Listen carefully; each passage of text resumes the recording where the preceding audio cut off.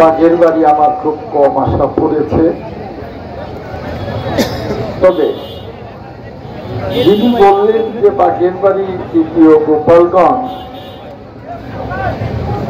সেই দলের অনেক নেতা 5 বার এমপি হয়েছেন, তারা 7 বার এমপি হয়েছেন।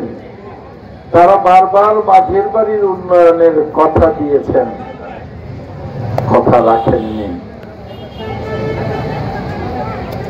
যে জায়গাটিকে মানুষ গোপালগঞ্জ মনে করেন, সেই গোপালগঞ্জের রাজনৈতিক দলের নেতারা 7 বার এমপি হয়ে কথা দিয়ে কথা রাখেন নাই।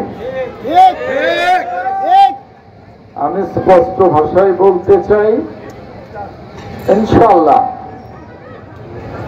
আপনাদের দোয়ায়, আপনাদের ভোটে নির্বাচিত হলে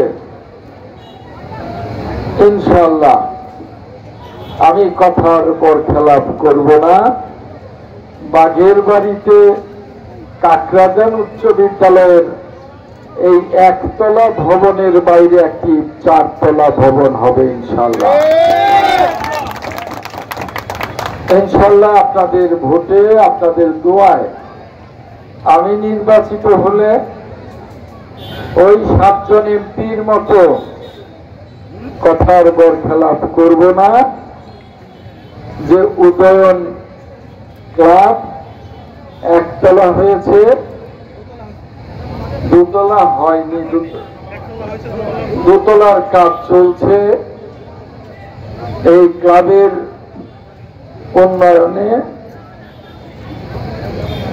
ক্রীড়া মন্ত্রণালয়ে বাজেট থাকে,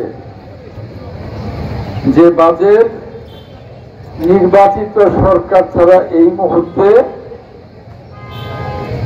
আমি বা কেউ সেই বাজেট ছাড় করাতে পারবে না।